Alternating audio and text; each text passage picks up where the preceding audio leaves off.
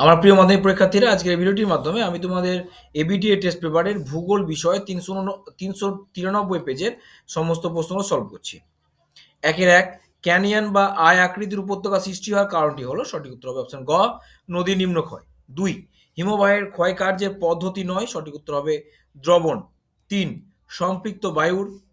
চলো পরের পেজে আমরা অপশনগুলো নিই।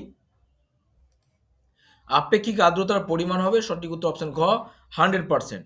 4, উল্কাপিণ্ড পুড়ে ছাই হয়ে যায়, সঠিক উত্তর অপশন গ মেসোস্ফিয়ার। 5, চাঁদ ও পৃথিবীর মধ্যে সর্বাধিক দূরত্বের অবস্থান কেবল হবে, সঠিক উত্তর অপশন গ পেরিজি। 6, নিম্নের কোন স্রোতটি শীতল স্রোত, সঠিক উত্তর হবে এখানে অপশন ঘ ল্যাব্রাডর স্রোত।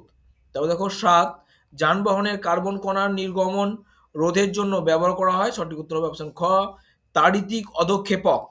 তারপর দেখো 8, ভারতের রাজ্য পুনর্গঠনের মূল ভিত্তি ছিল, সঠিক উত্তর অপশন ক ভাষা। 9, গাঙ্গেয় সমভূমির নবীন পলি গঠিত অঞ্চলকে বলে, সঠিক উত্তর হবে অপশন ঘ খাদার। 10, বৃষ্টির জল সংরক্ষণে ভারতের সর্বাধিক অগ্রগণ্য ও সফল রাজ্য হলো, সঠিক উত্তর হবে অপশন খ তামিলনাড়ু। 11, ভারতের কেন্দ্রীয় গম গবেষণাগারটি অবস্থিত, সঠিক উত্তর হবে অপশন ক পুসাই। 12, ভারতের শ্রেষ্ঠ তথ্য প্রযুক্তি শিল্প কেন্দ্রটি হলো, সঠিক উত্তর অপশন গ বেঙ্গালুরু। 13, একটি করমুক্ত বন্দর হলো, সঠিক উত্তর অপশন ক কান্ডালা।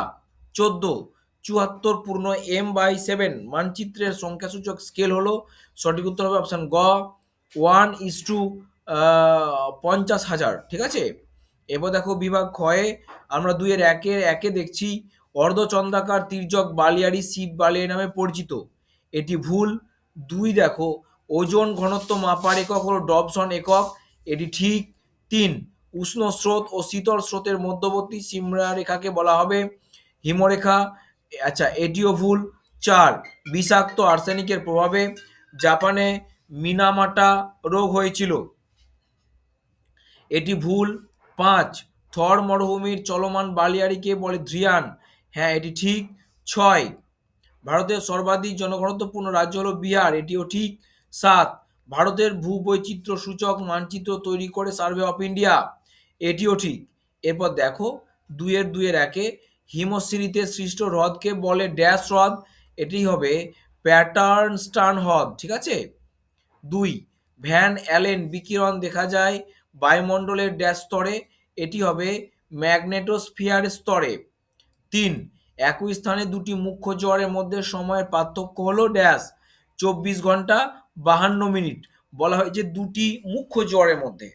আর যদি বলা হতো একই স্থানে দুটি জোয়ারের মধ্যে সময়ের ব্যবধান, তখন তোমরা করতে 12 ঘন্টা 26 মিনিট। তারপর দেখো 4, জৈব ভঙ্গুর বর্জ্য পদার্থগুলি বিয়োজন দ্বারা বিয়োজিত হয়ে হিউমাসে পরিণত হওয়ার পদ্ধতিকে বলে ড্যাশ কম্পোস্টিং। তারপর দেখো লৌহ ইস্পাত শিল্প একটি ড্যাশ কাঁচামাল ভিত্তিক শিল্প, এটি হবে অবিশুদ্ধ কাঁচামাল ভিত্তিক শিল্প। 6, দক্ষিণ পূর্ব রেলপথের সদর দপ্তর ড্যাশ, এটি হবে কলকাতা। তারপর দেখো 7, মেরু বরাবর পরিক্রমণকারী কৃত্রিম উপগ্রহ হলো সূর্য সমলয় উপগ্রহ।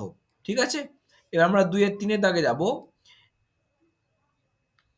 বহিঃবিধৌত সমভূমির মাঝে সৃষ্ট গর্তগুলিকে কি বলে, আচ্ছা এটাকে তোমরা লিখবে কেটল হ্রদ বলে।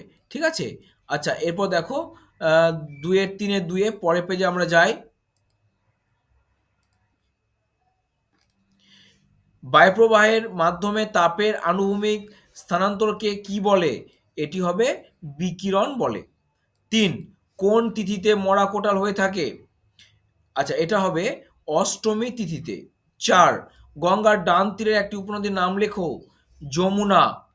5, বর্জ্য ব্যবস্থাপনায় রিইউজ কি, পুনরায় ব্যবহার করার পদ্ধতি। ঠিক আছে, তোমরা লিখবে বর্জ্য ব্যবস্থাপনা রিইউজ হলো পুনরায় ব্যবহার করার পদ্ধতি।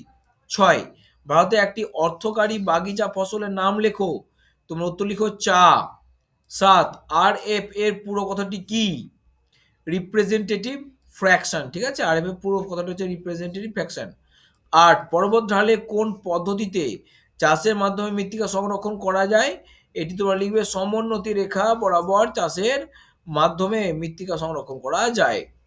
এবার বাম দিকের সঙ্গে ডান দিক মিলিয়ে দিই, চিল্কার সঙ্গে মিলিয়ে দাও বঙ্গোপসাগর, ভারতের ডেট্রয়েট এর সঙ্গে মিলিয়ে দাও চেন্নাই, কারেওয়া এর সঙ্গে মিলিয়ে দাও কাশ্মীর উপত্যকা, বোরা এর সঙ্গে মিলিয়ে দাও স্থানীয় বায়ু। তাহলে ভিডিওটি আজকে এখানেই শেষ করছি। তোমার সঙ্গে দেখা হবে পরের দিন নতুন একটি গুরুত্বপূর্ণ ভিডিও নিয়ে।